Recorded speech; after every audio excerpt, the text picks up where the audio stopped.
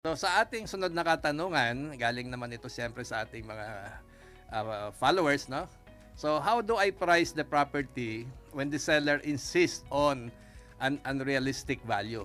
Yan. So marami kasing, 'di ba, minsan kung ang isang property owner, kung tawagin nga natin 'yan sa appraisal cons ay sentimental value, 'di ba? So paano ba ang gagawin ng isang practitioner kung unrealistic daw yung value?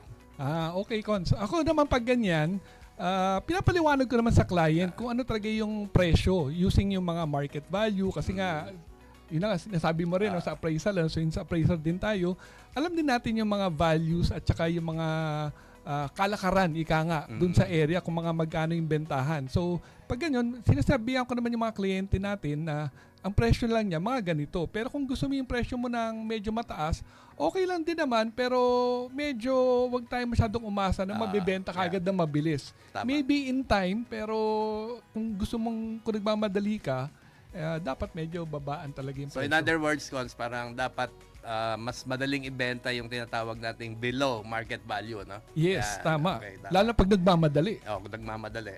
Pero sabi nga, kung gusto niya talaga yung presyo niya, wala namang problema. Yun nga lang, mag-aantay siya ng matagal. Actually, kwento ko na rin, ano,